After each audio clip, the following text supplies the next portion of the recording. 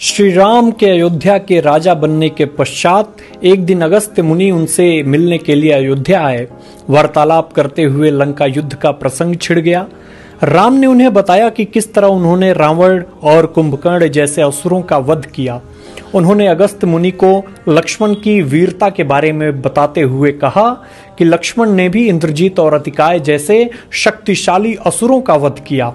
ये सुनकर अगस्त्य मुनि ने श्री राम से कहा कि भले ही रावण और कुंभकर्ण महान योद्धा थे, परंतु लक्ष्मण ने इंद्रजीत का वध किया, इसलिए वे सबसे बड़े योद्धा हुए।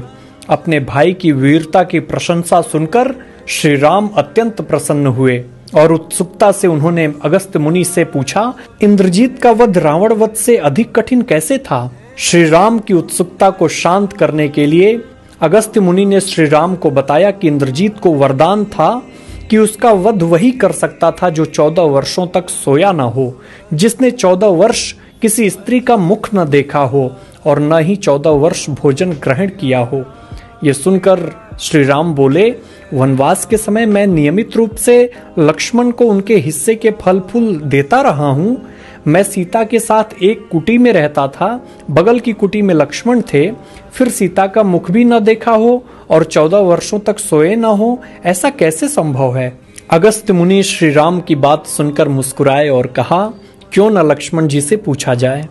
अपने प्रश्नों के उत्तर जानने के लिए श्री राम ने लक्ष्मण जी को बुलाया और कहा कि हम तीनों 14 वर्षों तक साथ रहे, फिर तुमने सीता का मुख कैसे नहीं देखा? फल दिए गए फिर भी अनाहारी कैसे रहे और 14 वर्षों तक बिना सोए कैसे रहे?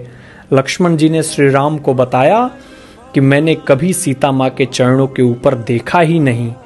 आपको स्मरण होगा जब सुग्रीव ने हमें सीता माँ के आभूषण दिखाकर पहचानने के लिए कहा, तो मैं उनके पैरों के आभूषण के सिवाय कोई और आभूषण नहीं पहचान पाया था।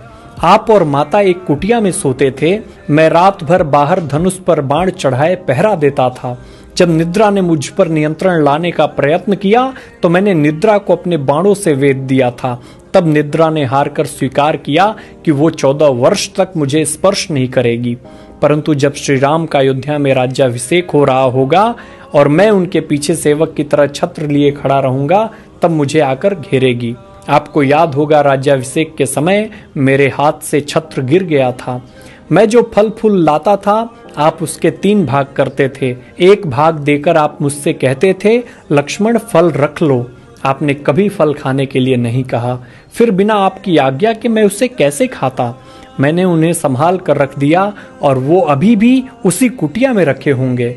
श्री राम के कहने पर लक्ष्मण जी चित्रकूट की कुटिया में से उन सभी फलों को टोकरे में रखकर ले आए और दरबार में रख दिया। जब फलों की गिनती शुरू हुई तब उसमें देखा कि 7 दिन के हिस्से के फल नहीं थे। उन 7 दिनों के हिस्से के फलों के बारे में लक्ष्मण जी ने बताया कि उन 7 दिनों में फल आए ही नहीं थे। वो इस प्रकार है, जिस दिन हमें पिताश्री के स्वर्गवासी होने की सूचना मिली हम निराहारी रहे। जिस दिन रावण ने सीता माता का हरण किया उस दिन फल लाने कौन जाता?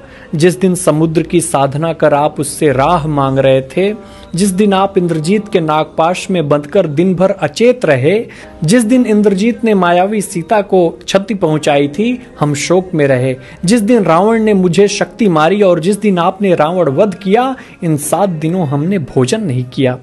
विश्वामित्र मुनि से मैंने एक अतिरिक्त विद्या का ज्ञान लिया था, बिना आहार किए जीने की विद्या।